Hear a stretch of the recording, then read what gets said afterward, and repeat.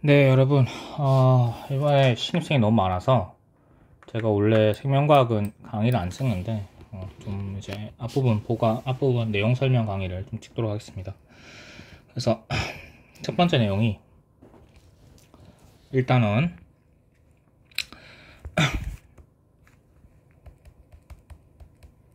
대단한 일단원이죠. 생명과학의 이해입니다. 그래서 생명과학의 이해는 뭐 한 번 수업하면 끝날 것 같아서 그렇게 알아두시면 되겠습니다. 뭐 제가 필기노트 보니까 오타가 좀 있네요. 하여튼 그래서 첫 번째 생물의 특성입니다.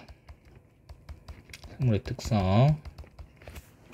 자, 생물의 특성은 첫 번째 세포로 구성되어 있습니다. 세포로 구성이 되어 있다. 세포라는 거는 일단은 세포로 구성되어 있는데 얘가 한 개가 즉 그냥 개체가 되는 경우가 있어요. 개체가 되는 요거를 우리가 단세포 생물이라 하고 그 다음에 이제 여러 개가 이제 개체를 이루면 이걸 다세포 생물이라고 하는데 진화 체계는 이렇습니다. 그러니까 우리가 좀 보면 이제 세포 수에 따라서 이제 진화책을 보면 아마 그 필기랑 좀 다를 거예요. 세포 수에 따라 다르면 단세포에서 다세포로 이렇게 진화를 해왔을 건데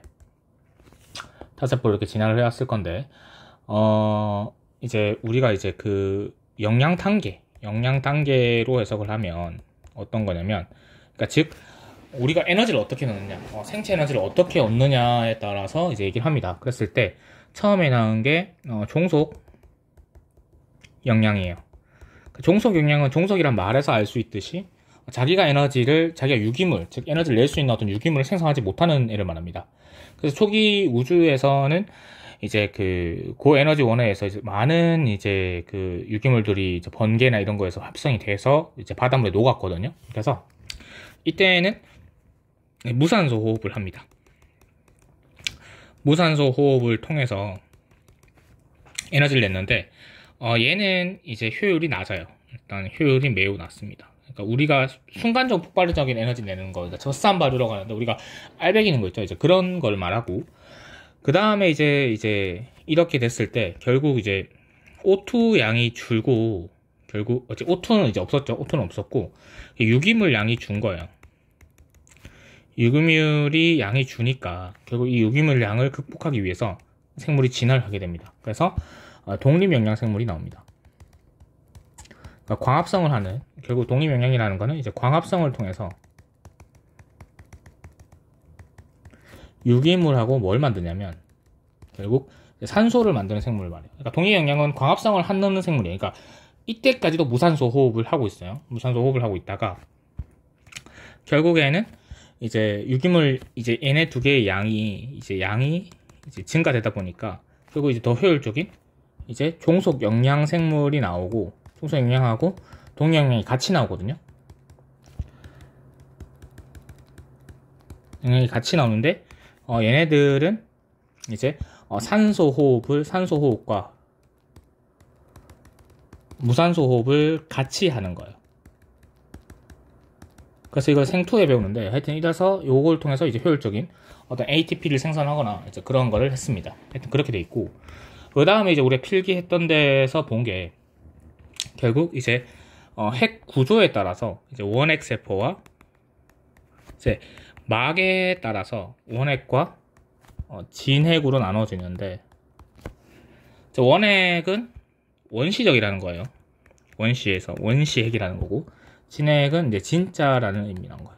그러니까 원시적이라는 말의 의미를 살펴보면 이제 우리 원시사에서는 구분이 없었잖아요. 이래. 그래서 구분이 없는 걸 말하고 이 진짜라는 거는 이제 막이라는 걸 통해서 구분을 했던 거예요.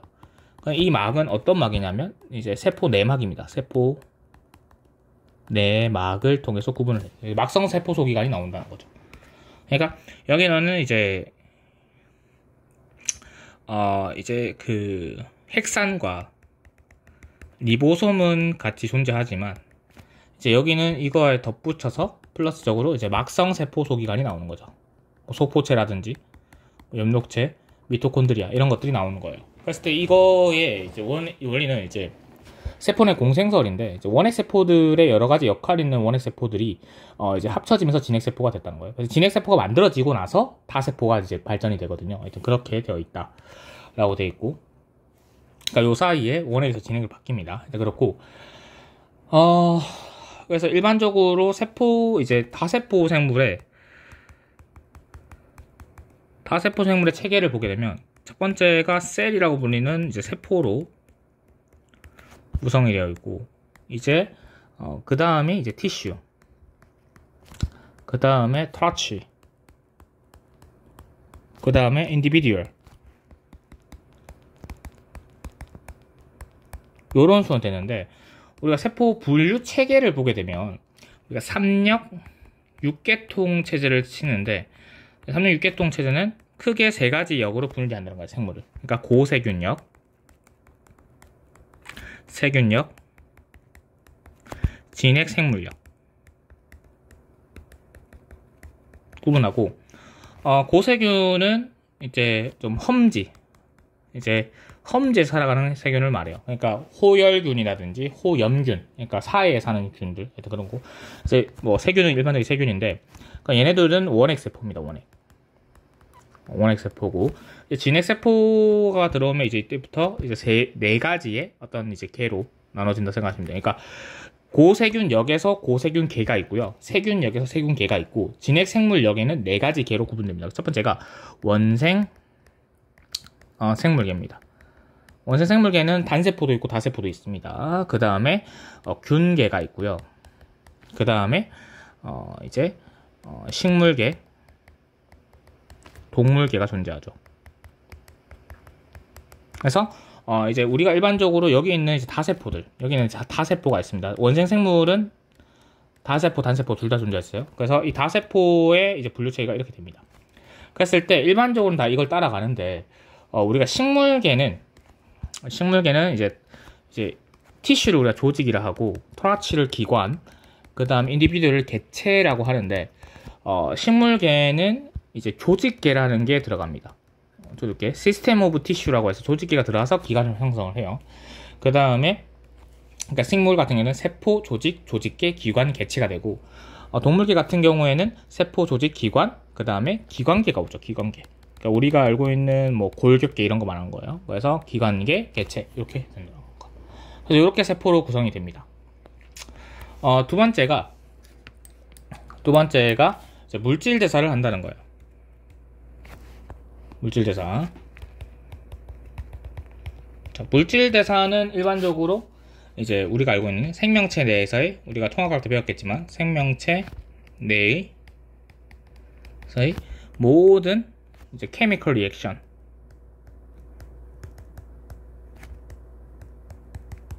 그러니까 모든 화학 반응을 우리가 물질 대사라고 얘기를 하는데, 얘는 항상 필수적으로 뭐가 있어야 됩니까? 이제 효소라는 게 들어가야 된다는 거죠. 효소가 필수적으로 들어갑니다.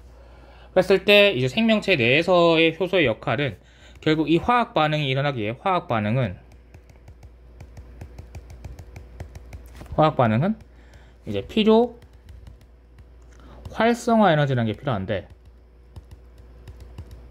필요한데 이 효소가 이 활성화 에너지를 어떻게 해야 됩니까? 가능한 수준으로 이제 낮춰주는 역할이죠. 즉 어떤 역할? 이제 촉매의 역할을 하게 된다는 거. 맞아요? 그렇게 역할을 합니다. 그랬을 때 이 효소라는 거는 다른 효소, 이제 우리가 밖에서 나오는 그 화학 반응과 달리 단백질로 구성되어 있기 때문에 열에 취약하고, 맞나요? 그런 게 있다. 그리고 뭐 기질 특이성, 뭐 재사용 가능성, 그건 필기를 보시면 되고, 그랬을 때 이제 얘가 동화작용과 이화작용이 있는데 무조건 활성화 에너지가 필요합니다. 맞죠? 그 다음 그거는 필기를 보세요. 세 번째가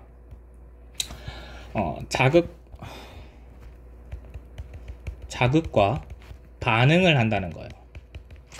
그랬을 때 자극과 반응은 뭐냐면, 이제 자극이라는 거는 생명체에서 어떤 영향을 줄 수 있는 어떤 이제 환경 변화를 얘기합니다. 뭐 때리는 것도 환경 변화죠. 어떻게 보면 이제 환경 변화를 했을 때 우리가 이 환경 변화를 오면 이제 원래의 상태를 어떻게 돼요? 유지하려고 하겠죠. 그러니까 우리가 맞았을 때 아픈 거는 뭐예요? 맞지 말라고 반응하는 거예요. 맞죠? 그래서 반응입니다. 괜찮으면 반응 안 하겠죠. 맞죠? 그랬을 때, 요거를 이제 그 반응이라는 게 조금 일시적으로 일어나는 거예요. 일시적으로 일어나는데, 요게 일반적으로 이제 생리작용으로 봤을 때, 이제 원래의 몸의 상태 있죠. 그러니까 뭐 혈당량이라든지 뭐 체온이라든지 그런 거를 이제 유지하려는 성질을 우리가 뭐라고 하냐면 항상성이라고 합니다. 그래서 항상성에는 일반적으로 뭐 신경과 두 번째 호르몬이 관여를 하고, 우리가 이제 다음에 쌤이 설명하겠지만, 신경은 전기적인 전기신호입니다. 전기신호. 그 호르몬은 물질 전달 신호예요. 물질 신호이기 때문에 전기신호가 아무래도 어때요? 조금 패스트하겠죠. 패스트하고 어때요? 계속 전기 통화대로 있으면 안 되잖아요. 그래서 지속성이 떨어지는 역할을 있고, 물질은 조금 느린 대신 지속성이 어떻게 돼요? 지속성이 좀 증가되는 이런 경향이 있습니다. 그리고 뭐 추가적으로 이제 항체 생성, 항체 반응도 항상성에 속한다고 보시면 돼요. 세 번째. 알겠죠? 이렇게 알아두시면 된다. 그 다음에 우리가 이제 뭐 이제 부모님이나 뭐 어쨌든 동물들은 유성생식이나 어떤 거 이제 생식 활동을 통해서 뭘 합니까? 발생을 하죠. 내가 태어나는 걸 발생이라 하고요. 그 다음에 요걸 통해서 뭘 합니까? 생장을 합니다. 생장. 그래서 자라나죠. 그래서 이러한 특성이 있는데, 일반적으로 이러한 특성을 우리가 뭐라고 하냐면 내 자신을 유지한 거다. 그래서 개체 유지의 특성이라고 얘기를 합니다. 됐나요? 그 다음에 얘기를 할 게 보시게 되면 이제 5번째 생식과 유전이에요. 생식은 뭐냐면 자손을 그러니까 번식하는 방법이에요. 자손을 번식하는 방법을 우리가 생식이라고 생각하면 되는데, 이 생식에는 이제 무성생식이 있고 유성생식이 있죠. 그래서 무성생식은 그냥 특이하게 그냥 똑같이 분열을 합니다. 그래서 모계와 모세포와 딸세포가 동일합니다. 대신 유성생식은 일반적으로 뭐 이거는 성희롱적인 반응이 아니라 일반적 유성생식 우리가 섹스라고 하는데, 이러한 얘는 남자와 인간 같은 경우에는 남자의 상동체 중 N 절반, 그 다음에 여자의 N을 절반 받아서 어떻게 합니까? 얘가 EN이 유지되게끔 하면서 계속 발생되는 걸 말해요. 그 대신 이렇게 전달될 때 무성생식 같은 경우에는 유전이 그냥 동일합니다. 그래서 취약한 대신 유성생식 같은 경우에는 이제 다양하게 나올 수 있는 다양한 조합이 가능한 거죠. 그래서 환경 변화에 유리합니다. 됐나요? 그 다음에 6번이 어떤 환경 변화가 계속 오래되다 보면 어떤 거를 적응하고 이걸 돼서 진화를 합니다. 그랬을 때 아까 말했던 반응과 다른 거는, 반응은 일시적이면서 한 개체 내에서 이루어진다라고 보면 적응은 좀 지속적인 반응이라 생각하시면 되고, 지속적인 어떤 반응이라 생각하시면 되고, 여러 개체가 이루어지는 거 말합니다. 그랬을 때 이 여러 개체가 계속되다 보면 새로운 종이 탄생하게 되는데, 요거를 우리가 진화라고 얘기를 합니다. 그랬을 때 5번과 6번의 생물 특성을 우리가 뭐라고 하냐면 종족 유지의 특성이라고 봅니다. 종족 유지의 특성이라고 해석을 해요. 그럼 여기서 가장 중요한 어떠한 이제 생명 특성이 뭐냐면, 일단은 세포로 구성되어 있다는 것과 그 다음에 물질 대사를 한다는 건 일반적으로 우리가 살펴볼 수 있어요. 그래서 이 실험을 통해서 이걸 두 개를 통해서 우리가 이제 좀 알아야 되는 게 이제 좀 이따 배울 화성의 생명체 탐사 그 부분입니다. 자, 그 다음 이제 두 번째 내용은 우리가 좀 알아야 될 게, 그러면 이제 우리가 이제 코로나 시대는 지났지만 바이러스라는 게 무엇인가, 바이러스라는 게 무엇인가에 대해서 얘기를 해야 돼요. 바이러스, 알죠? 바이러스는 일단은 질문을 해볼게요. 잠시 멈춰놓고 생각을 해보세요. 얘는 생명체입니까? 생명체가 아닙니까? 자, 이랬을 때 바이러스는 일단 생물도 아니고 무생물도 아니다. 그러니까 우리가 일반적으로는 중간체라고 얘기하는데, 학술적으로는 실질로는 생명이 아니에요. 왜냐면 이 중간체라고 얘기하는 이유가 일단 생물적인 특성이 있어요. 생물적 특성이 있는데 대신 이제 비생물적, 무생물적 특성이 있습니다.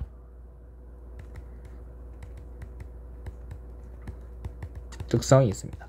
그래서 보게 되면 이제 우리가 일반적으로 알고 있는 담배 모자이크막 이제 그 바이러스를 잘 모르는데, 일반적으로 구조가 이렇게 생겼어요. 뭔가 좀 그 뭐 탐사선 같이 생겼어요. 이렇게 이런 느낌인데, 잘 그리죠? 이런 느낌인데, 여기 안에 이렇게 뭔가 있는 형태입니다. 그래서 이 검은색 여기 뭐냐면 그냥 단백질 껍질이에요. 단백질 껍질.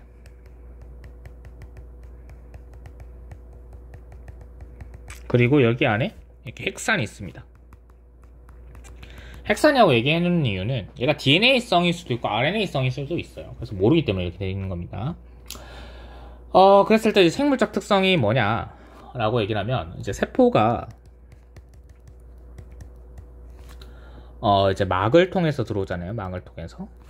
이랬을 때, 막을 통해서 들어왔을 때, 이제 세포는 이제 막으로 구성되어 있잖아요. 세포는 막으로 구성되어 있는데, 얘가 이제 인지질 이중층하고, 우리는 알다시피 막단백질로 되어 있는데, 막단백질로 되어 있는데, 이 생물적 특성이 성립하지가 않아요. 그러니까 여기서 사실 말하는 게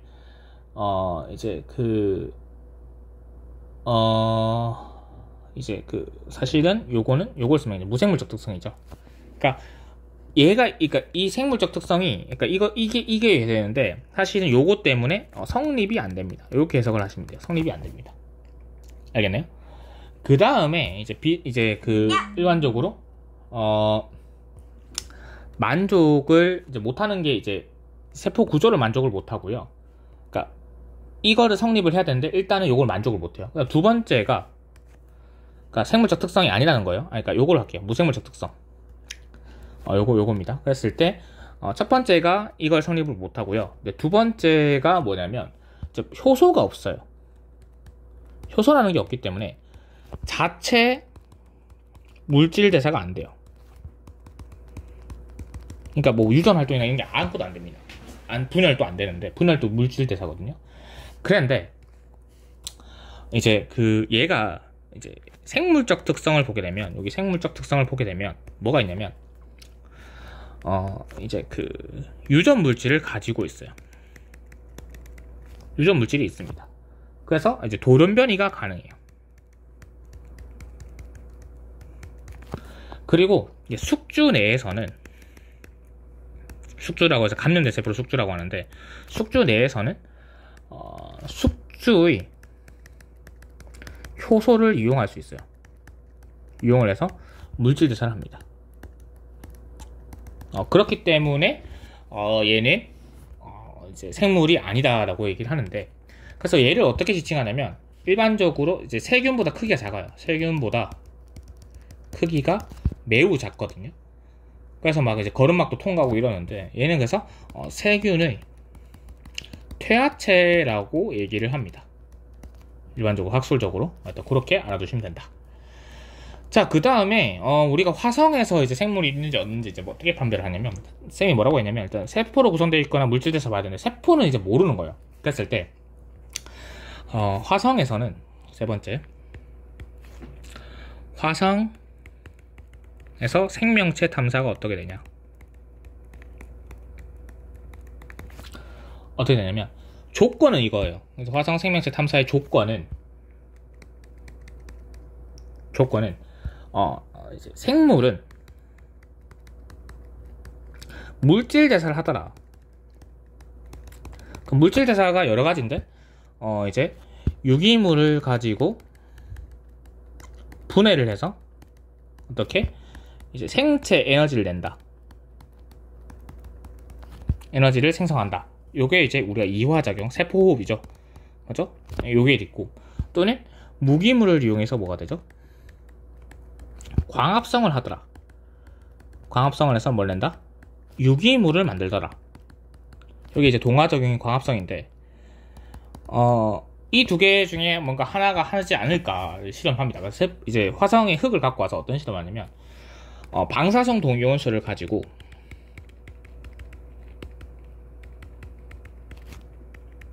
원소가 지닌 탄소를 이용해요. 그러니까 14탄소를 이용하거든요. 원래 12육탄소잖아요. 그러니까 14육탄소를 가지고 얘를 가진 뭐가 나오면 어떻게 되는 거죠? 그래서 얘가 됐을 때 어떤 이거가 있는 유기물을 집어넣었어요. 유기물을 집어넣으면 얘가 어떻게 됩니까? 이화를 하겠죠. 이화를 하게 되면 어떻게 돼요? 방사성 CO2죠. 14육 CO2가 함량이 증가되겠죠. 요걸 봤는데 얘가 어떻게 됐죠? 결국 이한적으로 안 됐다 이거예요. 일반적으로 놔두기도 했어요. 그 다음에 이제 무기물인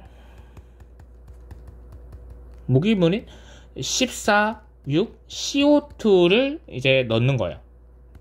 얘는 이제 유기물 넣었죠. 넣었을 때 얘는 이제 동화를 하겠죠.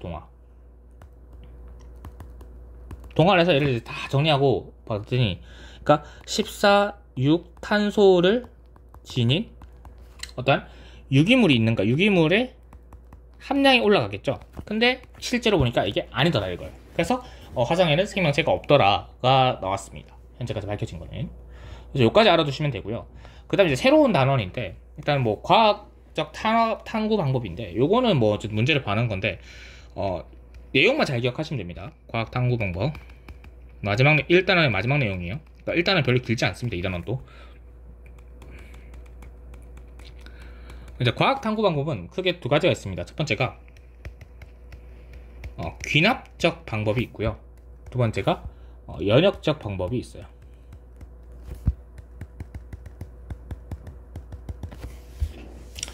했을 때 귀납적 방법은 뭐냐면, 우리가 실험을 할 수 없을 때 하는 게 귀납적 방법이에요. 그러면 얘는 뭐냐면, 실험을 통해서 우리의 어떠한 가설을 증빙을 해야 되는데, 이 실험을 못하니까 이걸 못해서 어떻게 하냐면, 이제 자료조사, 이때까지의 어떤 경험 또는 자료조사를 통해서 이 가설을 증빙하는 걸 말해요. 얘가 이게 안 되고, 알겠죠? 증빙하는 걸 말하는데, 그래서 이렇게 됐을 때 우리가 이거를 일반화 시킬 수 있습니다. 이제 증거를 수집하는 거죠. 얘는 이제 증거를 수집한다는 거예요. 증거를 수집. 했을 때 얘를 가지고 우리가 이론을 수립하는 걸 우리가 귀납적 방법이라고 해요. 그럼 우리가 중요한 방법은 사실은 연역적 방법입니다. 쌤이 이제 대학 박사학위 받으면서 실험할 때도 연역적 방법을 써요. 뭐냐면 가설이 있을 거예요. 베리에이션이라고 하는데, 일단 가설이 있으면 얘를 가지고 우리가 익스퍼리먼트를 하겠죠. 맞죠? 실험을 할 거예요. 요걸 통해서 실험을 하는데, 순서가 이렇습니다. 순서. 첫 번째 순서가, 얘가 어떤 특이한 걸 호기심을 발동해서 뭘 해요? 문제를 인식을 해야겠죠. 문제를 인식한 다음에 이제 가설을 설정하는 거예요. 이렇게 되지 않을까라고 가설을 설정합니다. 가설을 설정하고 그 다음에 실험을 진행해요. 이 가설에 따라 실험을 설계를 해서 진행을 하고, 얘를 이제 자료를 정리합니다. 정리한 다음에 얘를 가지고 이제 결론에 도달하는데, 얘가 만약에 제 결론이 가설과 결론이 일치를 하면 얘가 결국 이론이 되는데, 만약에 가설과 결론이 다른 결과가 나온 거예요. 너무. 그래서 내가 가설을 잘못 세운 거예요. 변화는 있는데. 그랬을 땐 다시 어떻게 돼요? 가설 설정 단계로 돌아가서 이거를 한 번 더 거칩니다. 이렇게 돼요. 그랬을 때 여기서 중요한 건 이거예요. 가설을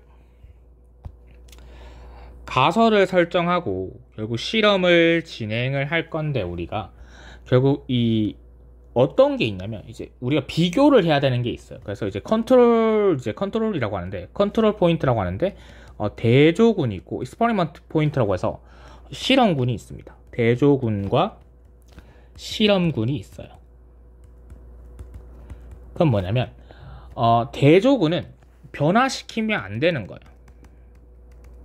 그러니까 가설에 따라서 변화시키면 안 되는 거예요. 그럼 얘는 가설에 의해서 변화를 시켜야 되는 애들을 실험군이라고 해요. 그러니까 일반적으로 놔두는 게 대조군이겠죠. 그랬을 때 이 가설을 통해 변화시키는데, 가설 중에서 여러 개를 세우는 게 아니라 딱 하나만 세우거든요. 왜냐면 여러 개 세우면 너무 힘들어서. 그래서 이거를 변하는 인자를 통제를 해야 되는 어떠한 역할을 해야 됩니다. 그랬을 때 우리 이 변인들 있죠. 이 변인을 통제를 해야 되는데, 그러니까 변인을 통제하는 거, 변인이 뭐냐면 우리가 실험에서 조작하거나 이제 결과로 표현할 수 있는 거를 우리가 변인이라고 해요. 변인이라고 하는데, 이 변인에는 크게 세 가지가 있다라고 보시면 돼요. 첫 번째가 통제 변인이에요.